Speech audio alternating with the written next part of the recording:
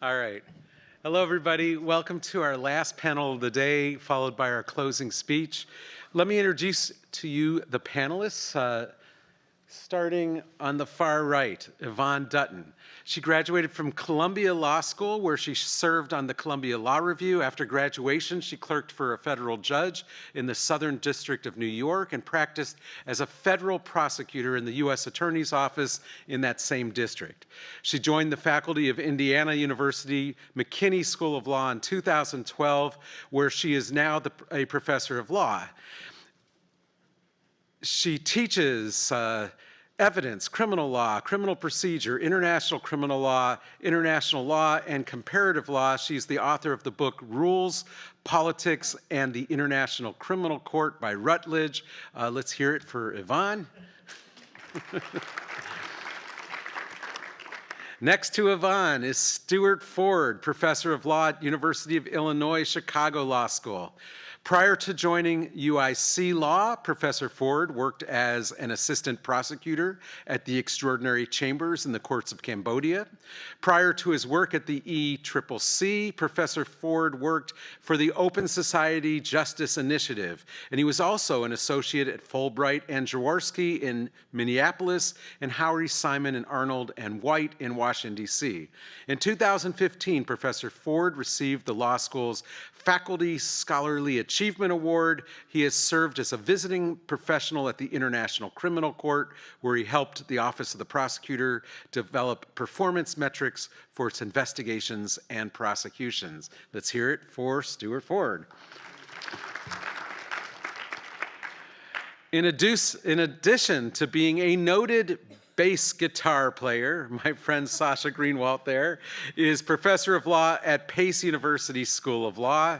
He joined the Pace faculty in 2006 from the firm of Debevoise and Plimpton, LLP, where his practice focused on international disputes. He was previously a judicial clerk on the United States Court of Appeals for the District of Columbia Circuit. Two of his articles have won Pace Law School's Guttell, am I pronouncing that Guttell? Guttell Prize for Outstanding Faculty Scholarship, which is awarded based on blind review by a panel of external peer reviewers. Maybe the article on this journal will be the third, so we'll see. Now, on the far left over here is our friend Layla Sadat. She is the James Carr Professor of International Criminal Law at Washington University School of Law and Special Advisor on Crimes Against Humanity to the International Criminal Court Prosecutor, a position she has held since 2012, spanning two different administrations. She received Washington University's Arthur Holly Compton Distinguished Faculty Award in recognition of her leadership of the Crimes Against Humanity initiative. You've heard about that today. It's a groundbreaking project to write the world's first treaty on crimes against humanity. She is the current president of the American branch of the International Law Association, chair-elect of the AALS section on international law, and a member of the American Law Institute and the Council on Foreign Relations. In 2021, she served as a senior research scholar at Yale Law School. Welcome, Layla. And we can clap for that. Getting a little exercise there. And then finally, we have Milena Stereo. She's the Charles R. Emmerich Jr. Calfee, Halter, and Griswold Professor of Law at Cleveland Marshall College of Law. She's the author of 7 books. She serves on the Executive Council at the American Society of International Law. She's a board member of the American branch of the International Law Association. She's the president of the U.S. chapter of the International Penal Law Association. And she also serves as managing director of the Public International Law and Policy Group. Prior to entering academia, Professor Stereo was an associate at the New York and Paris offices of Cleary, Gottlieb, Steen, and Hamilton. She holds a JD from Cornell Law School and a French law degree, as well as a master's degree in private international law from University of Paris, Sorbonne. Let's hear it from Elena. And I am stepping in for the wonderful Jim Johnson, a member of our faculty who is currently the chief prosecutor of the Residual Special Court for Sierra Leone, and he is the director of our War Crimes Research Office, named after the great Henry King. He couldn't be here today because his wife just had knee surgery, but he sends his regards and said, Sharf, ask the questions I've prepared for you. So here they are. All right, we're going to do this as a round table, even though it's sort of a horizontal table. We're going to try to keep things hoppy because it's the last panel of the day. I'm going to ask questions to a single person, but then ask others to chime in and disagree with each other and shake things up. So let's get started with Milena. To set the stage, Milena, tell us a little bit about the importance of ad hoc tribunals in international criminal law. What type of role will international courts and tribunals likely play in the ongoing Ukraine conflict? Once more. What a great conference, and thanks to all of you for staying with us throughout the day and staying for the last panel.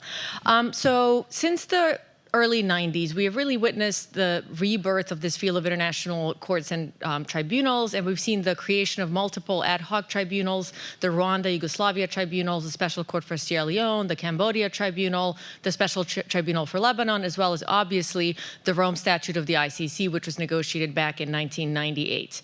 Now, I think I'm preaching to the choir here when I say that I do believe that international courts have played a key role in the field of global criminal justice over the past 3 decades, both on the prevention side as well as on the accountability or punishment side, so to speak. So on the prevention side, we have seen situations where the existence of an international court or tribunal, the existence of an indictment against a leader, can remove that leader or limit the leader's role in the ongoing conflict. And one example of that I would cite is the Yugoslavia Tribunal, the creation of that tribunal, which really preceded the Dayton peace accords. And then also, obviously, creating deterrence for present and future leaders who by now, as you know, Michael, I think you mentioned this earlier, things have changed since the early 90s. And so leaders today know that there is a very distinct possibility of facing international criminal justice at an international tribunal. And I think it's fair to say that people like leaders like Milosevic or Karadzic or Mladic or Charles Taylor or even Omar al-Bashir never thought that they would be facing an indictment, never thought that they would wind up in a courtroom, never thought that they would actually be punished for what they did. Now, in the context of Ukraine, I also think that international courts and tribunals will play a key role.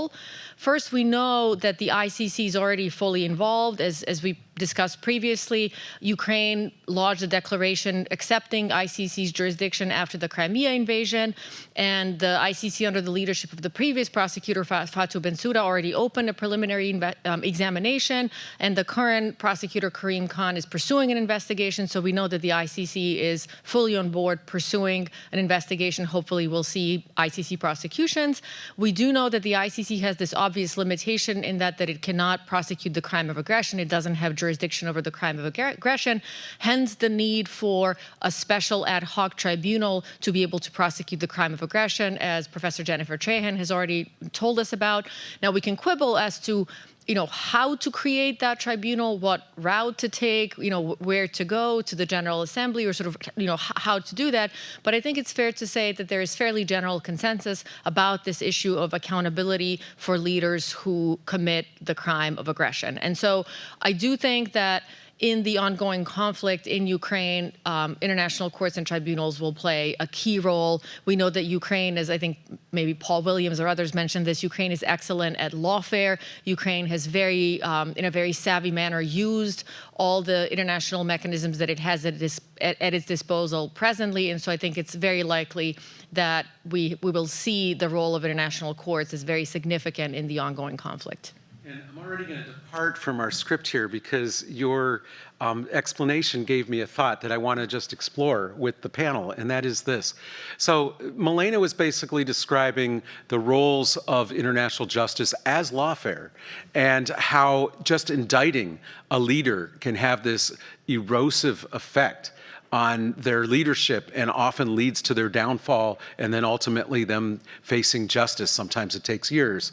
But my question is one that arose at a conference several of us were at in Chautauqua about a month ago. And the question is, if we're talking about the crime of aggression, is that a crime that should always be subject to public indictments because it's a leadership crime, or is there a role for sealed indictments where you hope that the perpetrator will just happen to be in some country around the world and be surprised, gotcha, by a sealed indictment? What do you guys think? Sealed indictments versus public indictments for the crime of aggression. Layla. Well, I think it depends on the circumstances of the case, actually. I think in the Milosevic case, it was quite different because that was an indictment that was issued a long time before the actual apprehension could take place, and it really took regime change in Serbia for that to happen. I think the Omar al-Bashir case is a real cautionary tale about you can actually end up quite embarrassed as a court with a public indictment that goes, or an arrest warrant that goes unexecuted for very, very long periods of time. The difficulty is when you have a head of state that's dug in, a public indictment really, I think, is not enforceable against the individual until they're going to leave their country, which might be never. And even if they do leave their country, they may actually thwart the indictment and other states may refuse to arrest. So my personal take is it's going to be very much a case by case, but sealed indictments are a really good thing. Let me follow up on your use of the al-Bashir precedent, because for a long time, countries were making the argument that we think there is a plausible argument that he has head of state immunity for arrest, maybe not in the International Criminal Court, but for arrest in our country. And then our friend Chile, who's going to be doing the final speech today, authored a decision that made it absolutely clear that he didn't have head of state immunity, that nobody has head of state immunity from arrest to be sent to an international criminal court, although there's still debates about whether that only applies to cases of Security Council referral when the person's from a non-party state. But the question I have is, like, look at al-Bashir now. He fell from power after Chile's decision. Wasn't the fact that there was a public indictment a good thing in that case in the end? It was embarrassing at first, but then the law has been settled. I think the former president was absolutely correct on the question of immunities. And I think when you go back and you read all the old cases and you see the fact that not one court thinks that heads of state have immunity before international courts. And in fact, the United States is always indicting former and current heads of state for various crimes. Think about Noriega.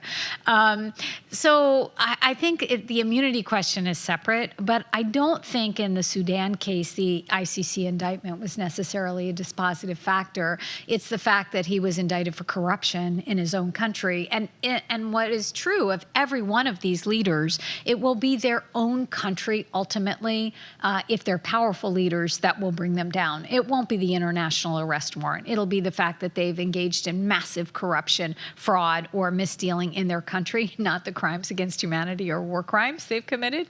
But that was true of Milosevic as well. I do think Kevin Mueller's observation at last night's dinner speech on the vote was that if there's an end to this situation, it's going to be a surprising end, probably at the hands of the people in Russia, which is exactly what you're saying.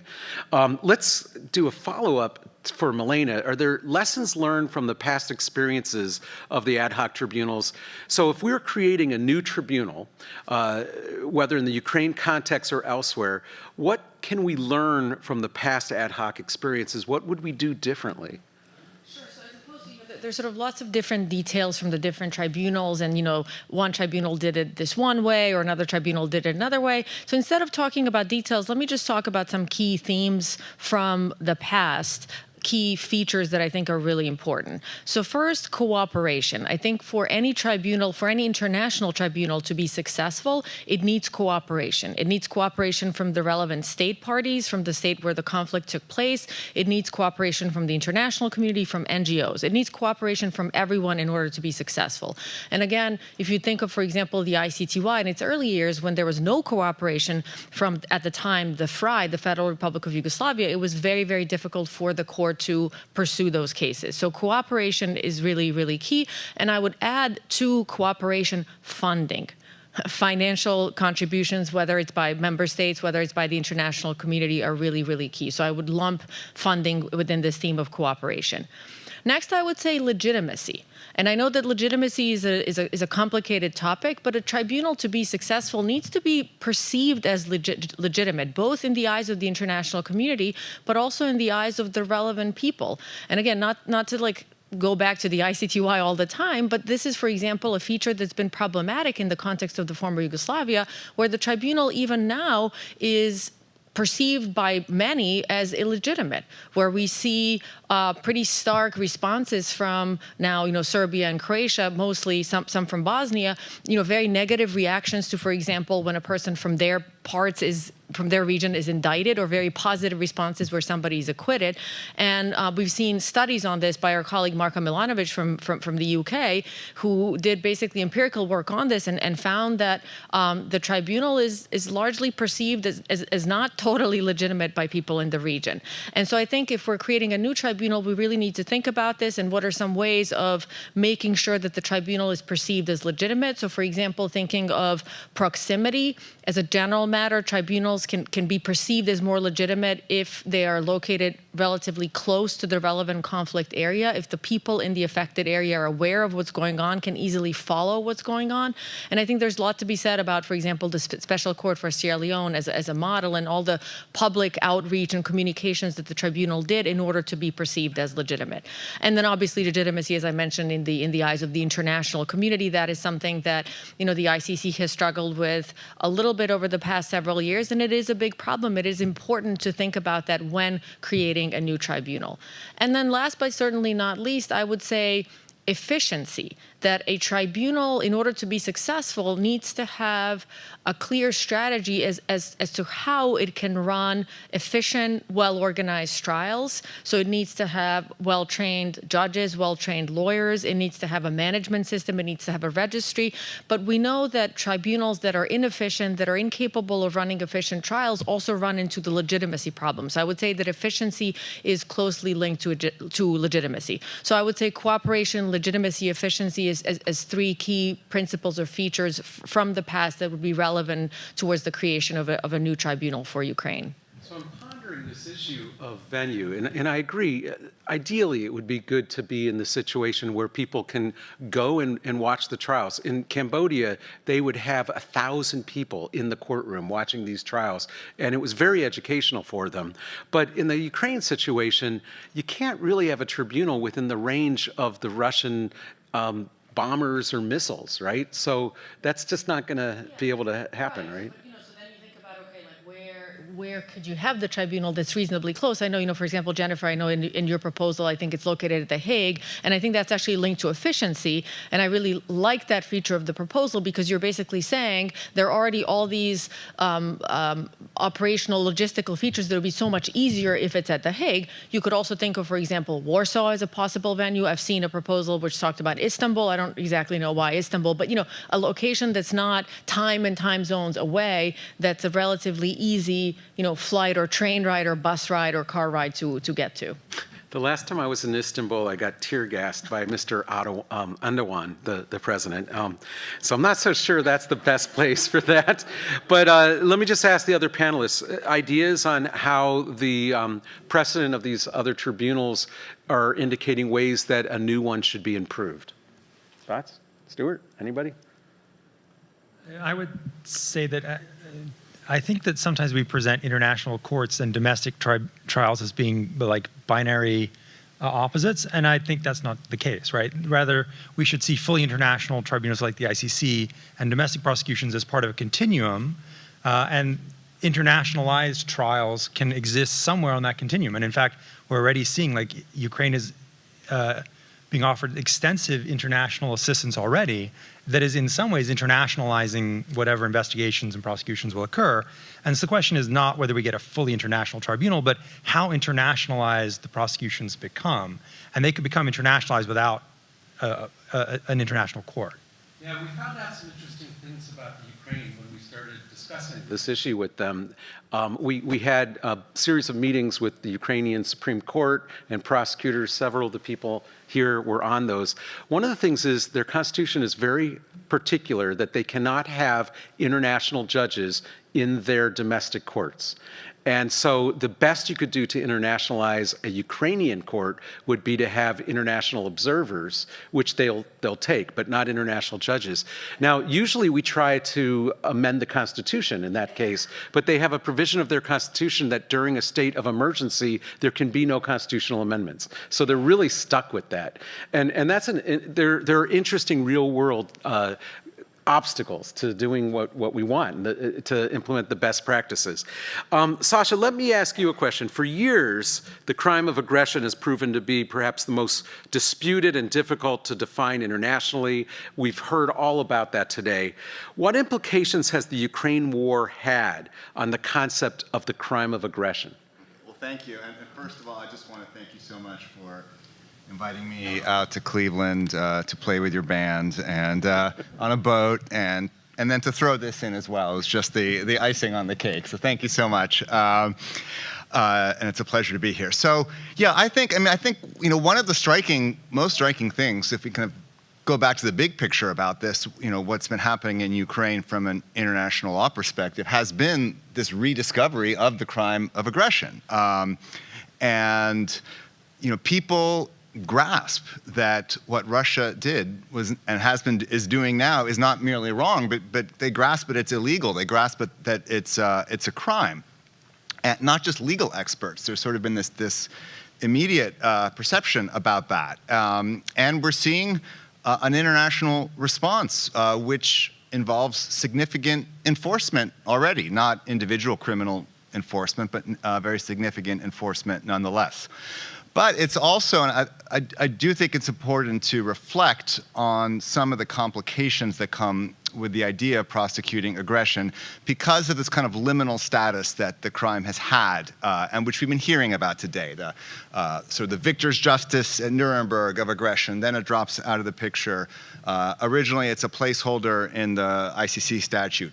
Then the statute gets amended, but we have these unique jurisdictional limits that operate to shield aggressors. And I think as Ambassador von Skek was emphasizing, there's a connection between that to substantive issues, because the substance of the crime itself has been a site of disagreement. And when I look at this ICC definition, which it may be the customary international law, but to me, it is still in some ways a placeholder definition because it leaves so much unresolved. So it requires a violation of the UN Charter without resolving any of the disputes about what that means. And then it requires the violation has to be manifest by virtue of character, gravity, and scale. Those are important criteria to be sure, but there's a lot of open texture to those words. So when I teach this, I use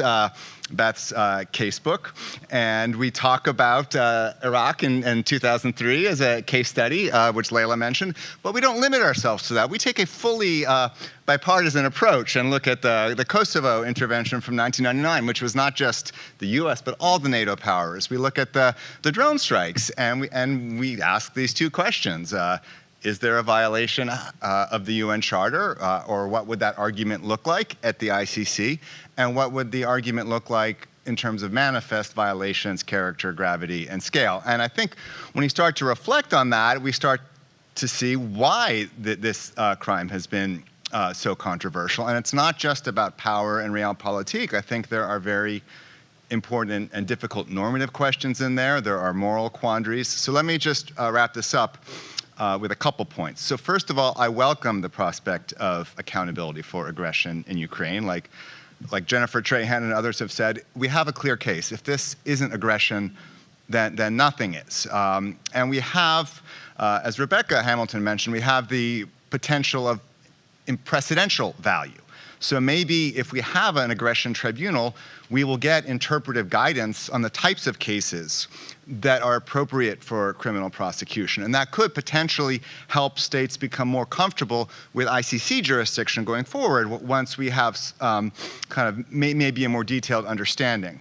But at the same time, I mean, I think there is something that should give all of us pause about the idea of prosecuting even the clearest cases under a legal standard that most states in the world are still saying that they are unwilling themselves to be judged by at the ICC. And especially in this field where the accusation of selective enforcement is a common refrain. So I do not have all the answers to this problem, but I do think this is something we need to be thinking about.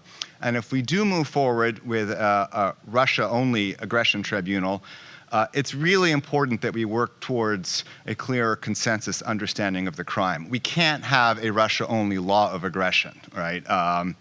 And so that standard, it has to be a realistic standard that states are willing to be judged by, even if, in my view, that means that the international criminal responsibility component of UN Charter enforcement may be narrow and not always be the primary mechanism by which international law regulates jus stat bellum. So, yeah. Follow-up. So a lot of us today have said that this is a slam dunk. It is such a clear case, no question that this is aggression.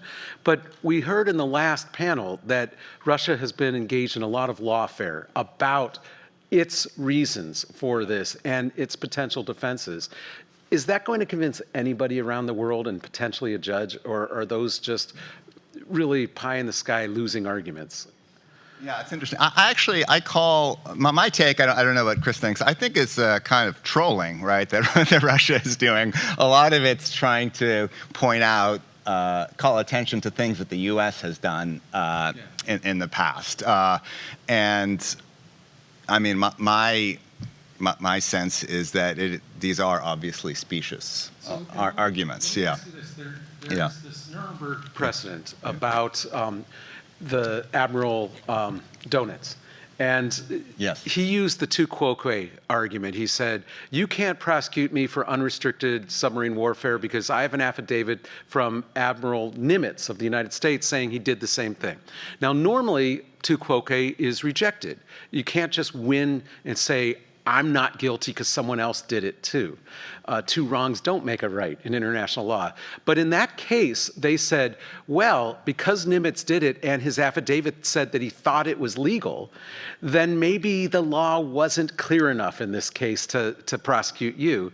And I'm wondering if the United States efforts, not in '93, but in 2002 Iraq, where we said, oh, self-defense, they have yellow cake, they've got chemical weapons, none of that ever found, and a lot of public things saying that that was all lies.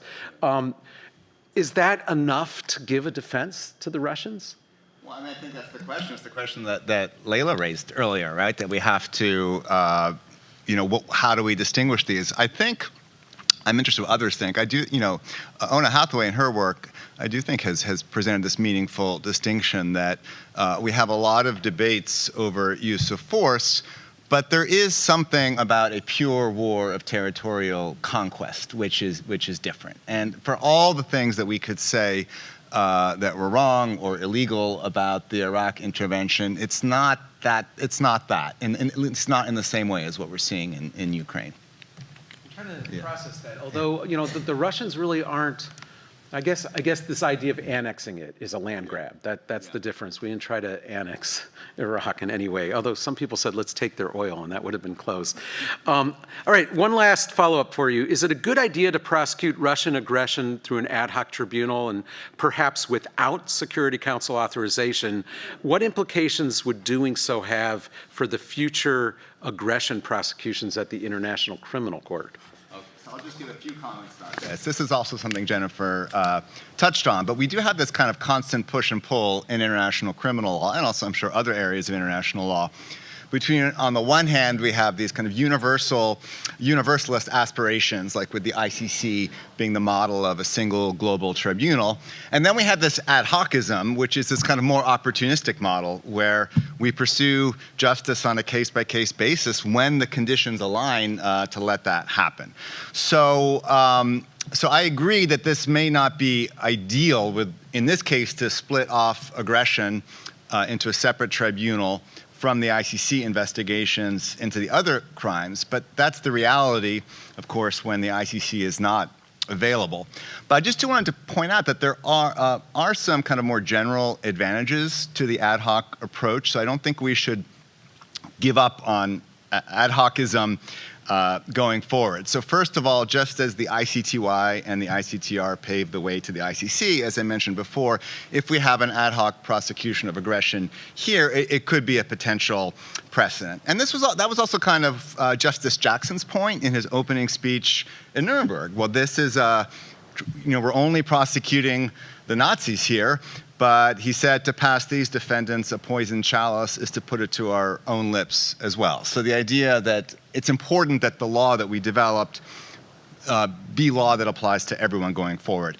And then separately, I think, even if we can imagine a world in which every state has joined the ICC, the court still has limited capacity and is only able to prosecute a few number of individuals. So I think about the ICTY, which Milena mentioned, where that court prosecuted more than 10 times as many suspects as the ICC has for the whole world. And that's just one conflict in the former Yugoslavia. So I think it's very important to support the ICC, but not to sort of place all our eggs in that basket to the exclusion of other mechanisms, because the ICC will never be a complete substitute for other types of complementary jurisdiction, which could be both at the domestic level, but also I think other types of international tribunals have an important role to play. Yeah. That gets me to a provocative question. The prosecutor of the ICC, Karim Khan, has gone out publicly in opposition to the idea of an ad hoc tribunal for aggression. And in Chautauqua, I asked the deputy prosecutor of the ICC, hey, what's going on? What's that about? And she said it was because of timing. It will take a couple of years to get an aggression tribunal up. We're here now. We can work now. But that didn't answer the question for me, because so what? Like, she gets a head start. Eventually, it comes online.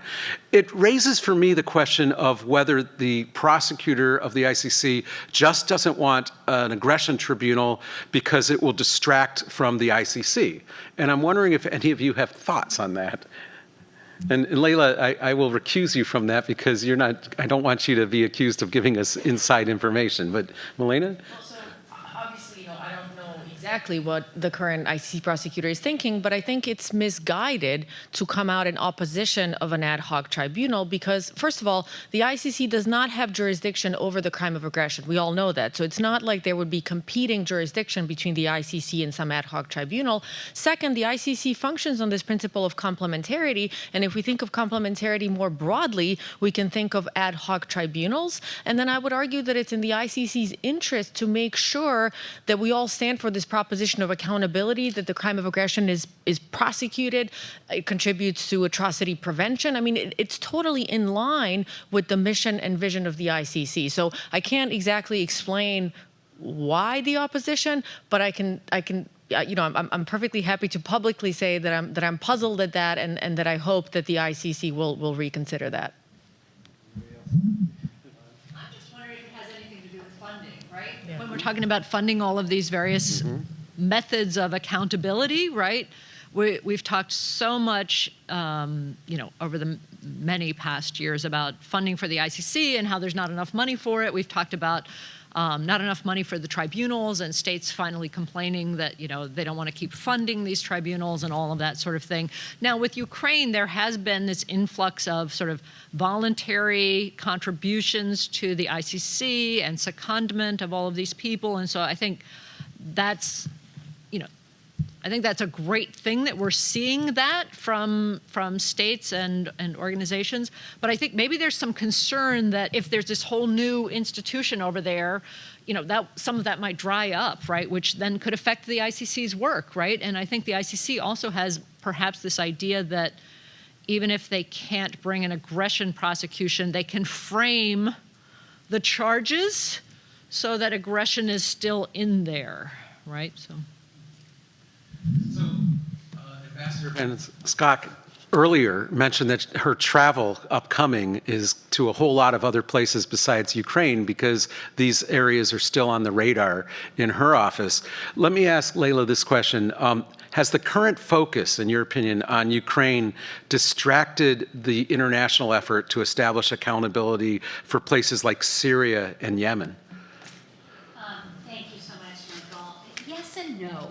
So it is true that attention all of a sudden in the West swiveled to Ukraine for very good reasons. And I think this goes back to some of the comments this morning that you made and that Jennifer made. Things can change, right? So right now, we have ongoing at the ICC a lot of really, really important cases. Just as the Ukraine investigation was ramping up, we finally had our first trial opening with respect to Darfur, where we had millions of victims, right? The Darfur situation is a critical, critical situation.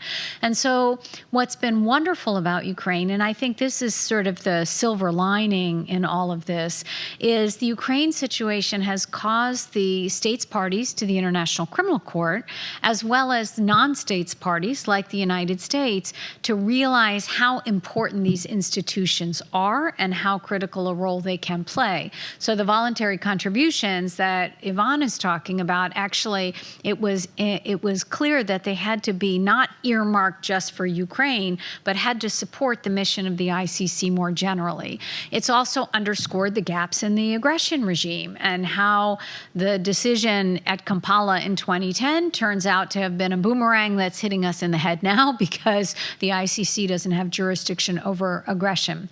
That said, so I think that has to be a silver lining. That said, you know, Syria was such an aching situation that the world looked away from, not the Human Rights Council, not the the High Commissioner for Human Rights, there's the independent mechanism, but we've had as many as 500,000 deaths in Syria.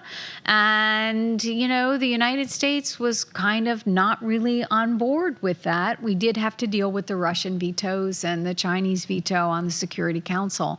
So I do think the selectivity remains an aching issue in the international community. That said, I think we can use the Ukraine situation because Ukrainians deserve justice, just like others do. And we have to use that situation to recognize that this has to be an all-hands-on-deck kind of moment, going back even to what Sean said, which is this is really about human rights and democracy versus illiberalism and autocracy, with the ICC at the center of that and maybe the U.S. could rethink its policy a little bit, as it seems to be doing towards the ICC. Just 2 years ago, the prosecutor couldn't travel and was under sanctions and couldn't use her credit cards, right? So it's not that long ago that we had crippling, horrible sanctions on ICC personnel coming from the United States government. And that just, you know, that has to stop, right? Or these institutions just can't function. So let's switch from international tribunals to national tribunals. And this is a question for Yvonne. Many countries have announced their intention to invoke universal jurisdiction to prosecute atrocities committed in the Ukraine situation in their national courts. Can we expect universal jurisdiction prosecutions to close the accountability gap for atrocities that are being committed in the Ukraine? And what about universal jurisdiction for the crime of aggression? Okay, thank you, Michael, and thank you for the invitation to be here. I think that it's great that a lot of states have announced their intention to investigate the crimes being committed in Ukraine. I think that there's an outpouring of support for accountability that I don't think that we have seen for many, many years. And I think that is a fantastic thing. And I think maybe in terms of mid or low level suspects, I think that there might be an opportunity where we will get some prosecutions from these various states. I think it's something like, I think Beth Van Schok mentioned it as well, but like 15 states have announced that they are, investigating, and they're working with the ICC. They're working together. I think this is a big step, right? I mean, this is something new that we haven't seen before. And I think it also, the fact that states are investigating now and investigating together and sharing information, and they're on the ground at the present time, means that there's a greater likelihood of success with some of these universal jurisdiction prosecutions, and that states will be willing to take them up. Because one of the things that we know is that states, an obstacle to universal jurisdiction prosecutions is, the defendant shows up in your state and the crime happened 30 years ago, and they have to go try to find evidence from, this other state, and they have to gather up all these things from many years ago. Well, a lot of that should be obviated in this circumstance, right? We should have that sort of, there might be evidence in this instance, right? I guess I still have concerns about, how much can it do? How much can we expect from these states? How long can we expect that they will bring prosecutions? How long can we expect that their domestic audiences will be on board for using the resources towards Ukraine accountability versus something else? I mean, I think right now, all eyes are on this, right? And everybody cares and everybody's concerned. But I think if the past is any guide, we've seen that sort of sometimes interest slips over time. I also think there is some question about obtaining custody. And I think we've talked about that a lot today, obtaining custody over suspects. They'd have to show up in the jurisdiction. Maybe there's a chance that Ukraine has, captured POWs and can turn them over somewhere else. Maybe there's some process for that.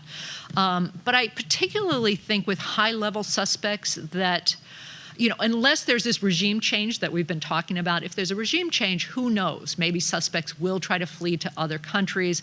They will land in that country, and then they will, the country will have the laws on the books, hopefully, that will be necessary to prosecute them.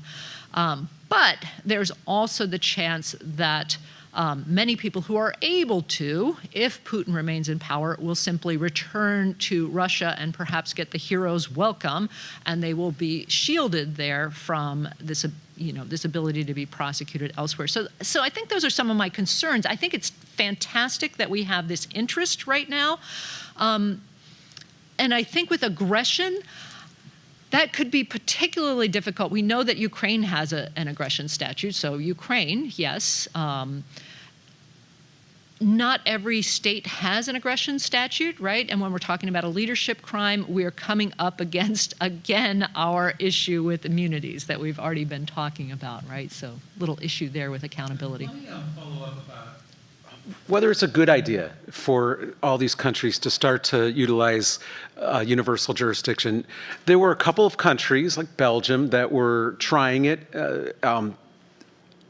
20 years ago, I guess. You had, the famous Pinochet case.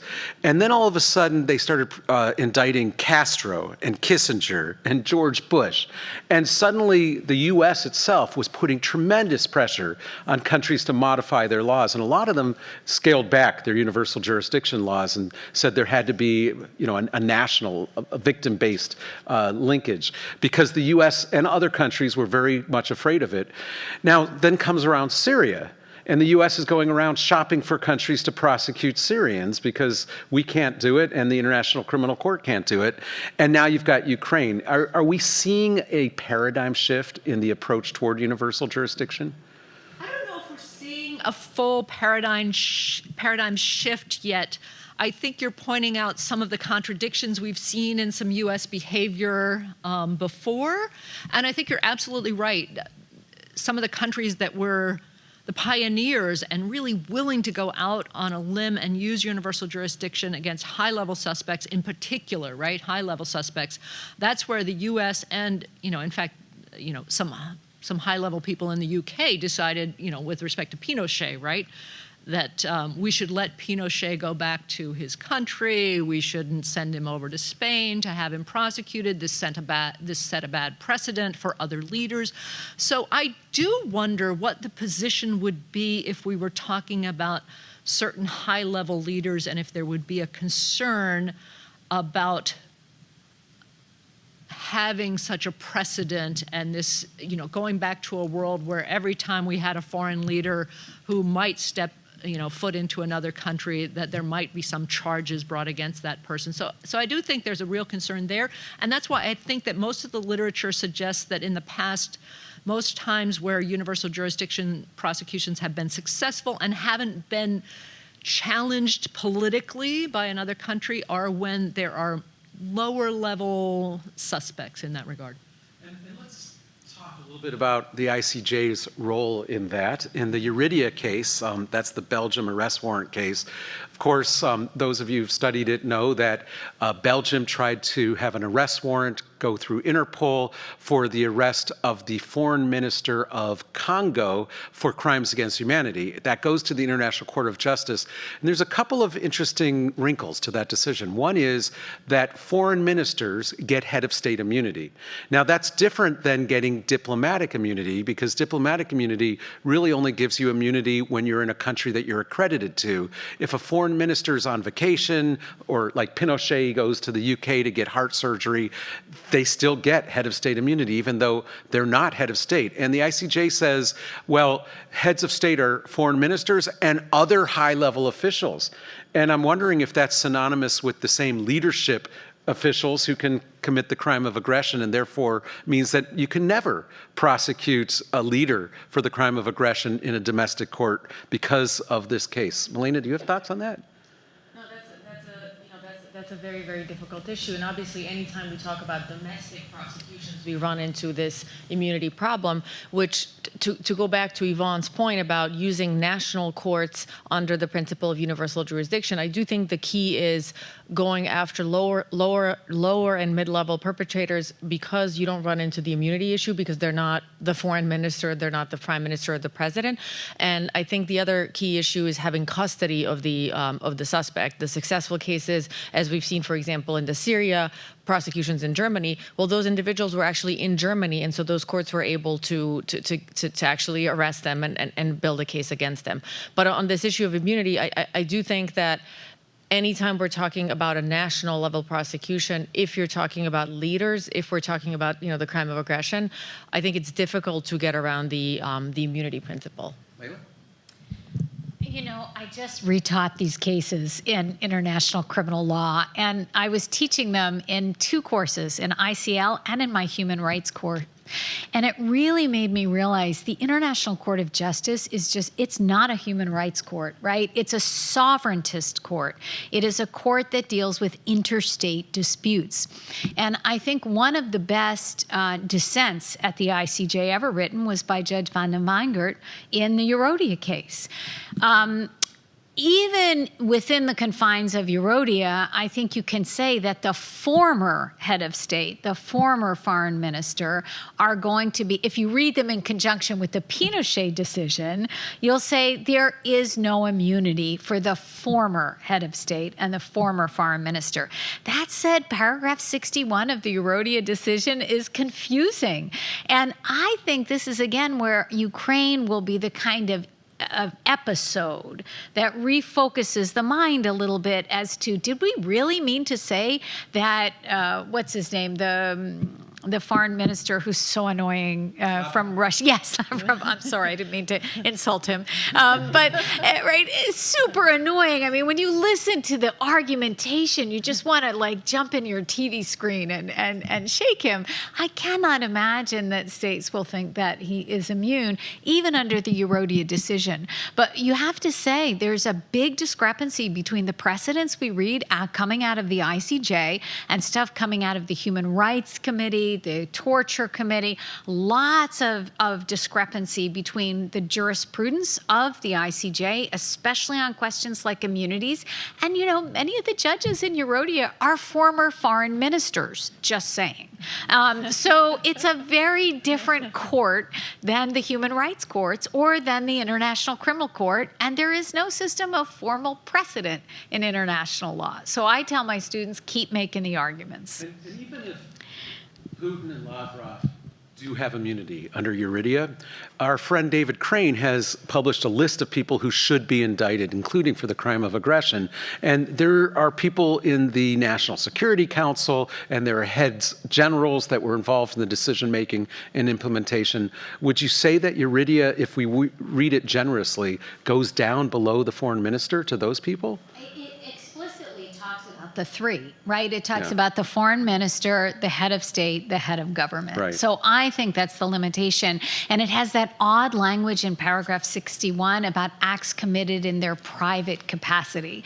And everybody's like, huh? What about international crimes? Which is why if you revert back to the Seriatim decisions in Pinochet, 6 out of the 7 law lords in the Pinochet 3, right, the third decision, actually come out and say it is inconsistent to have an international crime that permits the immunity for the former, right? Not for the sitting. Some are willing to go further. Some thinks it's general customary international law. Others rely on the Torture Convention itself. But I think really that it would be limited to those three at the worst case. Okay, and one other question about universal jurisdiction, I'll get to you in a second, Sasha, for the crime of aggression. When Beth was part of the U.S. delegation, they made sure that there was an understanding written in there that said there's nothing in this amendment that alters the customary international law of universal jurisdiction and the crime of aggression. And I'm wondering whether that was intended to mean that nobody could prosecute for the crime of for the crime of aggression in national courts, or whether that really is superfluous because it was already a prosecutable crime. Does anybody have thoughts on that? Beth, do you? No, you'll be not a single one. Nobody? All right, well, that's worth mulling over. Sasha, what were you going to say? Yeah, I was just also on the Euridia case. There's this part of that decision that's gotten a lot of attention, and of course, there's been a lot of debate about it, which is this part where it also says that there's this immunity, but maybe not if it's an international tribunal. And I think to me, it's very interesting because there's sort of, well, why does that make sense? And we have this kind of maybe two models of, you know, what the goal of immunity is. So maybe there's this kind of older model, which is it has nothing to do with culpability. There's just another value out there. You know, foreign ministers, heads of states need to be able to travel, even if they deserve to be punished. There's other interests at stake, and that's the problem. Now, if that's the value, then why should it matter whether it's an international tribunal or not? Unless you have, then we say, well, the Security Council can balance the various interests and say, no, it is appropriate. And so maybe you would say there's a difference between a Security Council tribunal and another. But then there's this other idea, which maybe is where we're going, which is, no, actually, there are just certain crimes that are so serious, it doesn't matter. Even if you're a sitting head of state, it doesn't matter, you should be responsible.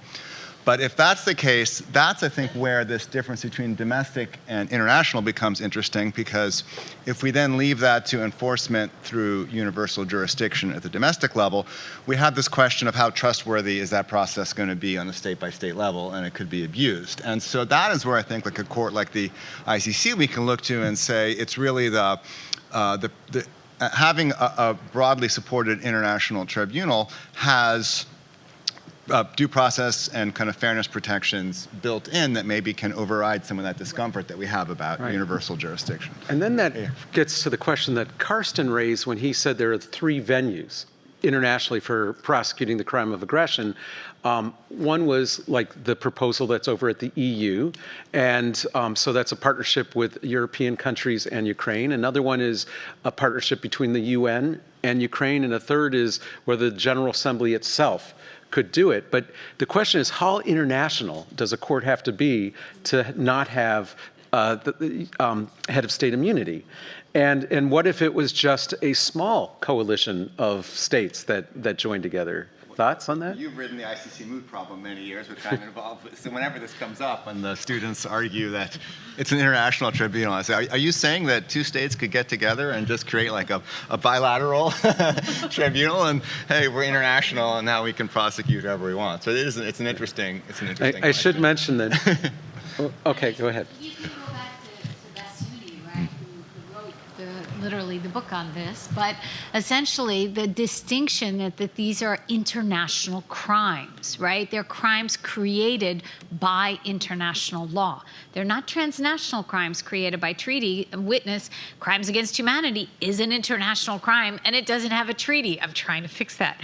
But it doesn't have a treaty, and we admit that it's an international crime. So to the extent that they're international core crimes, stricto sensu, the direct enforcement should be, and this goes back, as I said, to Bassuni or Gravin or all the scholars will tell you, that this is primarily supposed to be enforced by international courts. What makes them international? That states get together and create them. They create them by treaty. They create them by a Security Council resolution. They create them by a General Assembly resolution.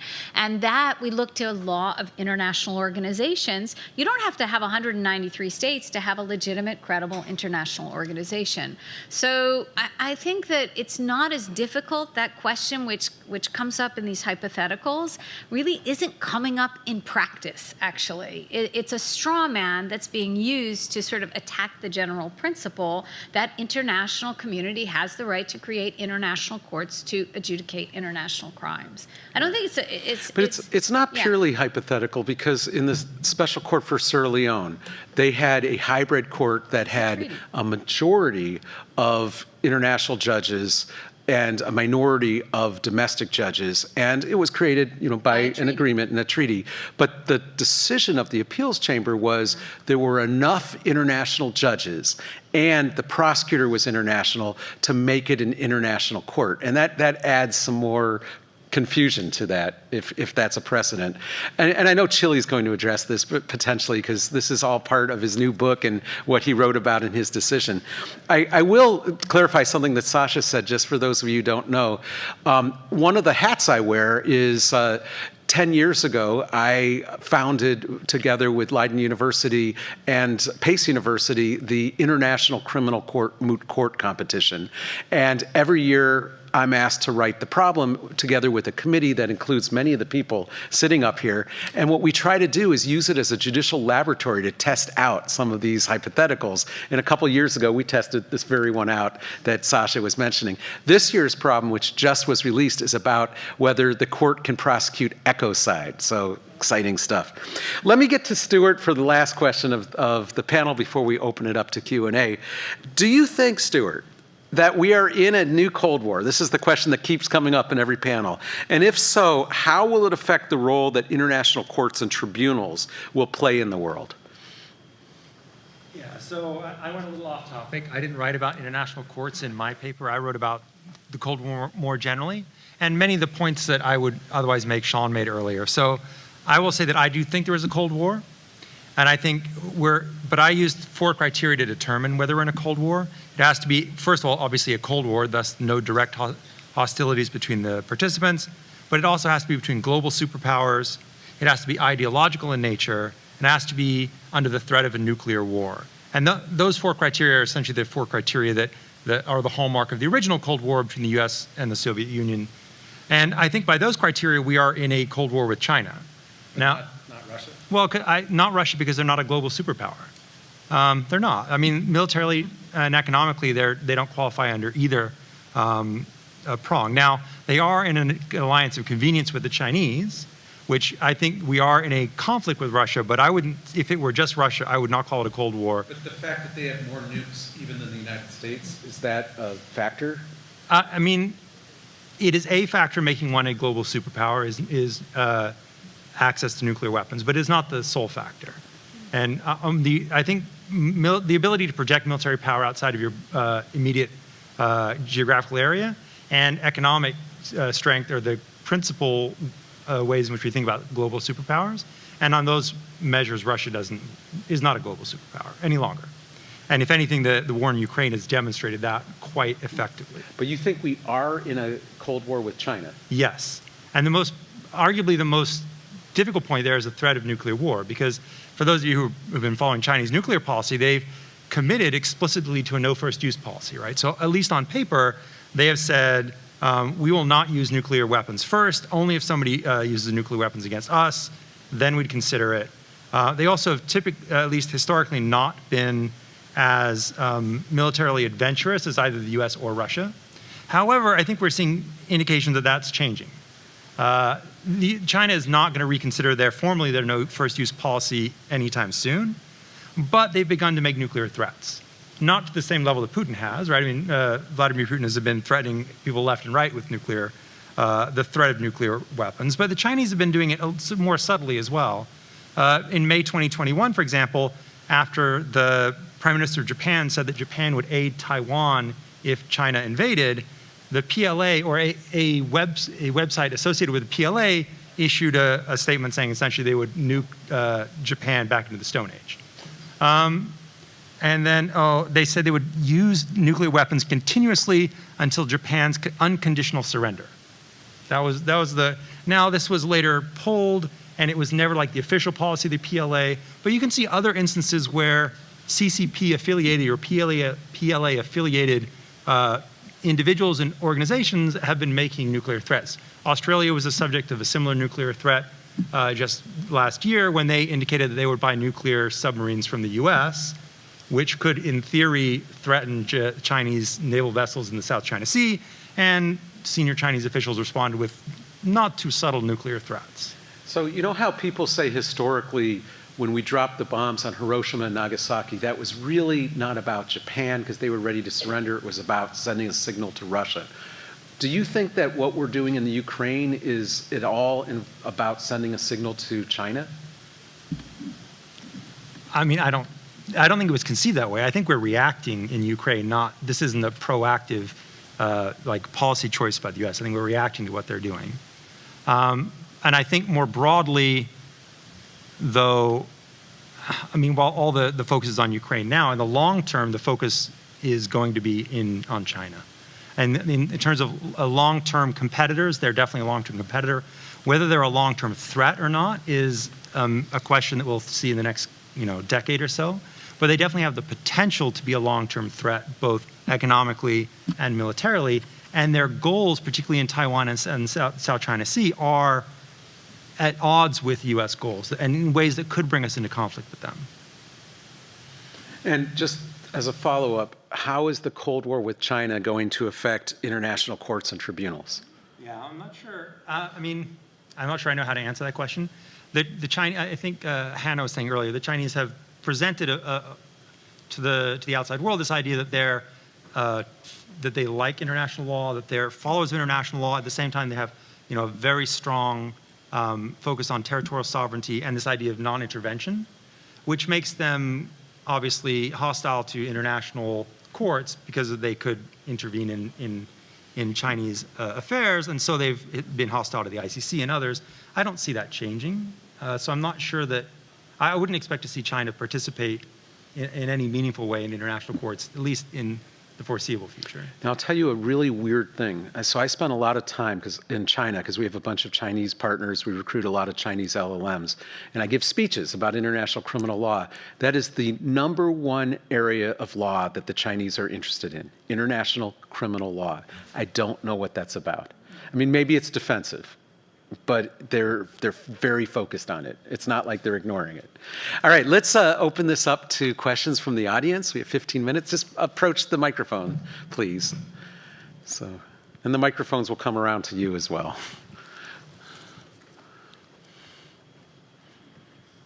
So if you could identify yourself and who the question is for, and then keep it short, that'd be the best.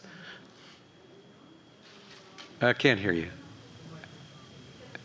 No, it doesn't seem like it's working. How's that microphone working? Click it, see?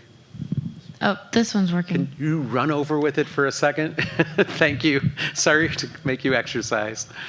I don't know what's wrong with that microphone. They sometimes run out of juice over the course of a long conference.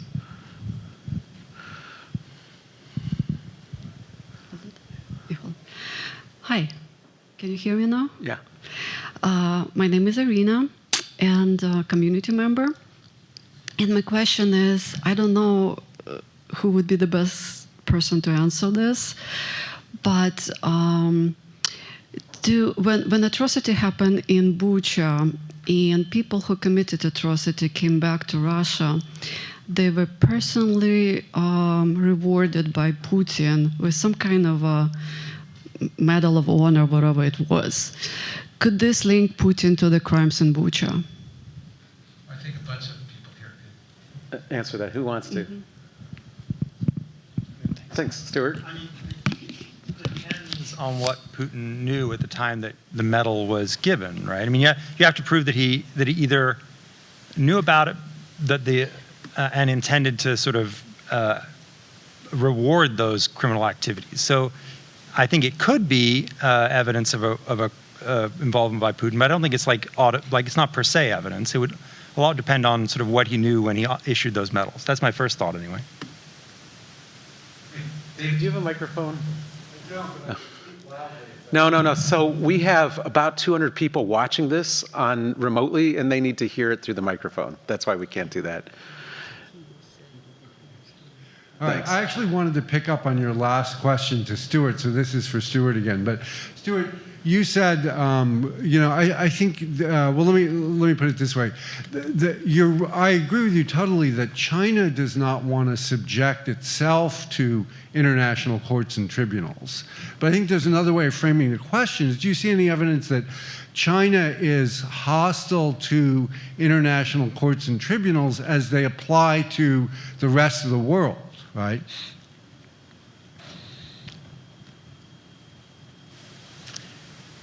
I think the answer to that depends on what the CCP thinks about international law. And I don't know, I mean, there's what they say they think about international law and what they might actually think. And I suspect what they say, which is we're good international actors, we care about territorial sovereignty, is probably not the entire truth. And what they really mean at some level is we want to use international law to maintain and build our power.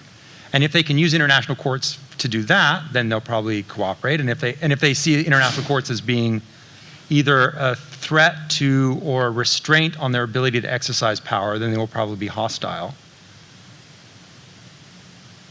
Layla wants to add to that. Yeah, I had the opportunity to spend a couple of days with Judge Hsu, who's a great jurist, and I don't mean any disrespect for the World Court. It does what it does very well. It just has a sovereigntist approach. And I remember speaking with her, and China, the position, which was clear, was China will not appear before the International Court of Justice as a respondent or as an applicant. Ever, right? And it was a really stark, it kind of pulled me up short, even though China has a judge at the International Court of Justice. And so I tried to pry a little bit further and couldn't get anywhere, but the idea of being called to appear as a state before an international court just seems to be a non-starter, at least right now. And even though China does they do often send a delegation to the ICC ASP as a non-state party. I don't hear really any sense that ICC signature or ratification would be in the future. And they voted against the Rome Statute at the outset. So. Oh, go ahead, sir. Jump in. I mean, I'm out of my expertise here, but China has participated through the WTO in the dispute settlement mechanism, haven't they? I mean, so I'm not sure they're necessarily definitively opposed to all courts. I think it's sort of what do they think they can get out of the process? Jennifer. Just three thoughts on Sasha initially. You said the definition has all these ambiguities. Think of the definition of genocide: intent to destroy, in whole or in part, a national, ethnical, racial, religious group as such. There's not a lot, right? So we had to flesh that all out through jurisprudence. So the crime of aggression at least has 2 full paragraphs. And yeah, we're going to have to flesh out exactly what is manifest. Like we have travaux préparatoires, and we have a lot of, jurisprudence from the ICJ on like armed attack and thresholds and stuff. So it's just a thought that, that some of this stuff will have to be fleshed out. But in genocide, like we had to figure out what is intent to destroy. I think it's a very different question, though, because if you're talking about is it genocide or not, it's usually not is it genocide or is it fully justified legal behavior that we're allowed to do. It's going to be is it genocide or is it a crime against humanity? Or maybe it's a mass murder that's not an international crime, but we're not talking about guilt versus innocence in the same way. So, but I agree with you about genocide, and that's what I'm writing about right now. But I do think it's, yeah. And also just to say on the point that, Russians might say, oh, we were so confused, Gulf War II, completely confused us. I don't think that comes up because the question is it a manifest charter violation? So that's just factual. So like, is it or not?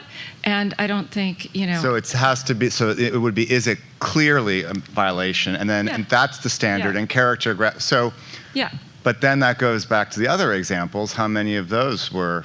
A lot of people would say the Kosovo intervention was a clear violation of the UN Charter. A lot of people, others would say it's not. So, but that, and so then where do we draw the line between that and maybe we say, well, this could be a clear violation, but is every clear violation a crime, or is there a difference between a clear violation and anyway? But that's a manifest violation is then the crime, if all the other parts are met. But the Kosovo came up in the negotiations. It's why we picked manifest to create a threshold and really to make it somewhat hard to prove the crime of aggression. So it is in some ways, I think it's very conservative. Like it has to be a really super clear crime. But just one other thought. But why isn't Kosovo clear? I mean, I guess according to... because there are a million views on Kosovo. I'm not, right, yeah. So when we have a million different views on Kosovo, we are not making the manifest threshold. But anyway, just one last reflection on Michael's thought. I think it's really interesting. What is an international tribunal? And, 2 states get together, and I go back to Philippe Sands and Dafo Akande coming out initially. Oh, 2 or 3 states can pool their jurisdictions. It's an international tribunal. I'm like, be careful what one wishes for, because next time Russia and Belarus can pool their jurisdictions, and, on a regional tribunal, I think so as well. So next time the Middle East will create a regional tribunal. So in all of this, I think we always have to be careful, the consequences when it sets off. Anyway, thank you.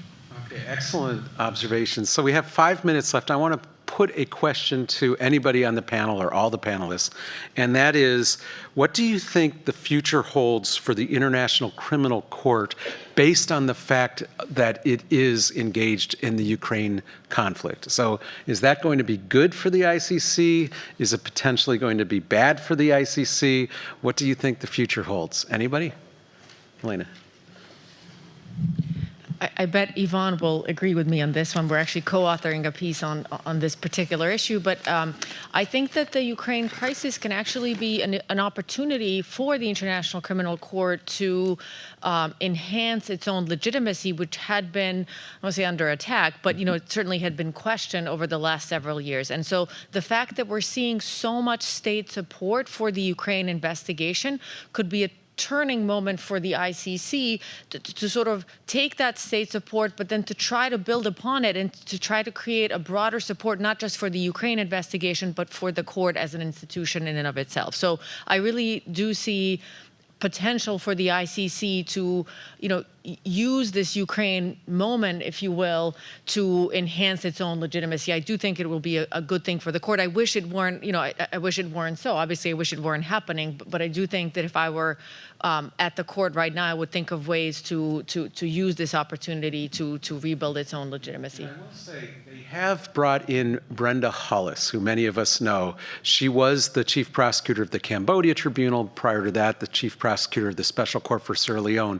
She is in charge of the ICC's investigation into Ukraine. And if there's anybody in the world of international criminal law that is ultra competent, it is Brenda Hollis. So that gives me some encouragement.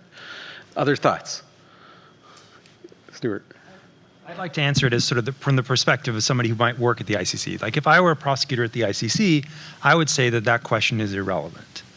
My role as a prosecutor is to conduct investigations, ascertain what I believe happened, craft indictments based on that evidence, take those cases to trial, and do the best job that I can. And the outcome, the political fallout from that, I don't care about.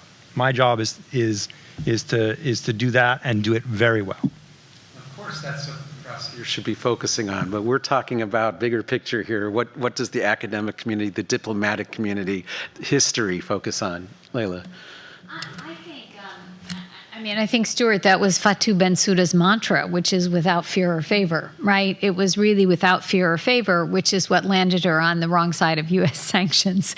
But I do think Ukraine investigation and the fact that so many states actually responded to refer the case, right?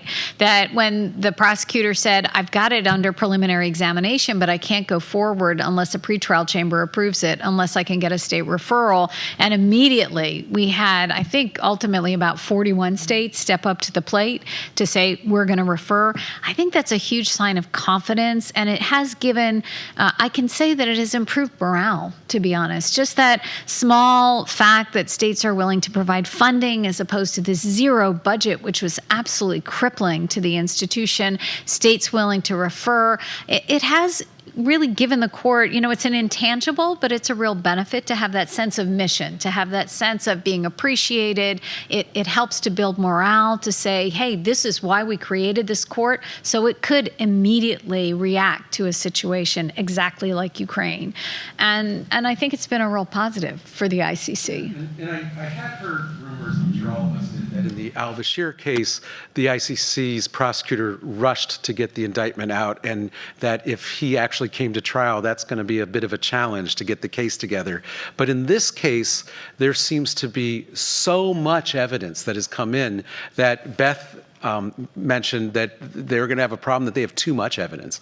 And so they're going to be delegating to lots of experts to help them sit through it. I see someone had a hand up there, but you didn't come to the microphone and we're out of time. I'm sorry. So we have to go to our closing speech, which starts in 10 seconds. So let me ask you all to thank the panelists here. You guys did terrific. Great round table.